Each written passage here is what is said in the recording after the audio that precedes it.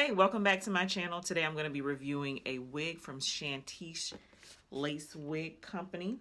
They sent over a U Part unit that I absolutely love. The hair is 18 inches long. It's 250% density. This is definitely true to length. Once I stand up and show you guys, you can see how long and where the hair rests. It comes with 2 combs right at the U part line, which I like, because usually when you get U parts from wig companies, you have to add your own combs, but this one already comes with the combs. And then you have the snap combs on the side. You have a comb at the bottom with the adjustable straps, and then you have a nice thick elastic band. That's another plus.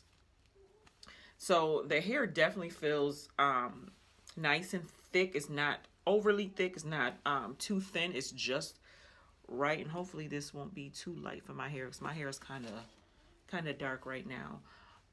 So yeah, you have these 2 elastic bands so that when you put it on, it's nice and secure, but you do have to remove these to have your leave out. So stay tuned.